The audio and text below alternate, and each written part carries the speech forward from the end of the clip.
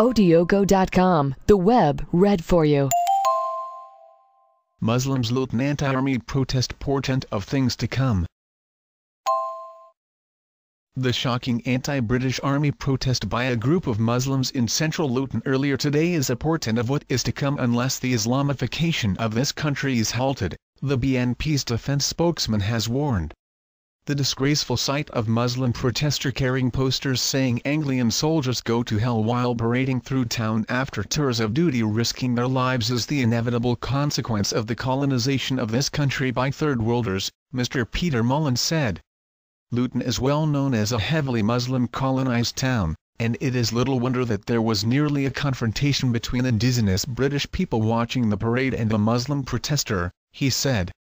While the b.n.p completely opposes the illegal war in Afghanistan and Iraq, we cannot help but think of what would happen to British nationals who would insult a Pakistani army parade in Lahore in this manner. They would be lynched, Mr. Mullins continued. The 2nd Battalion, the Royal Anglian Regiment, known as the Poachers, have toured Iraq twice in 2 years.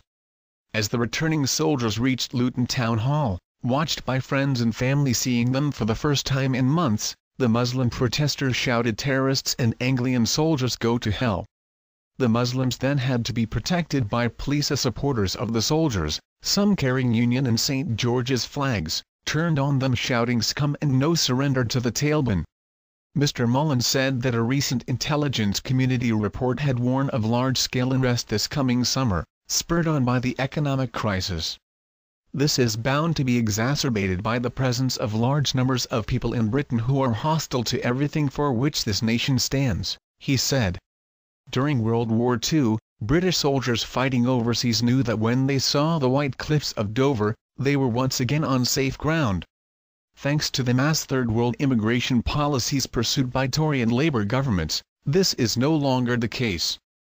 British Army personnel now find that the foe which they fought is also to be found right in the middle of England itself. Only the b.n.p will bring an end to this madness, he concluded. Share.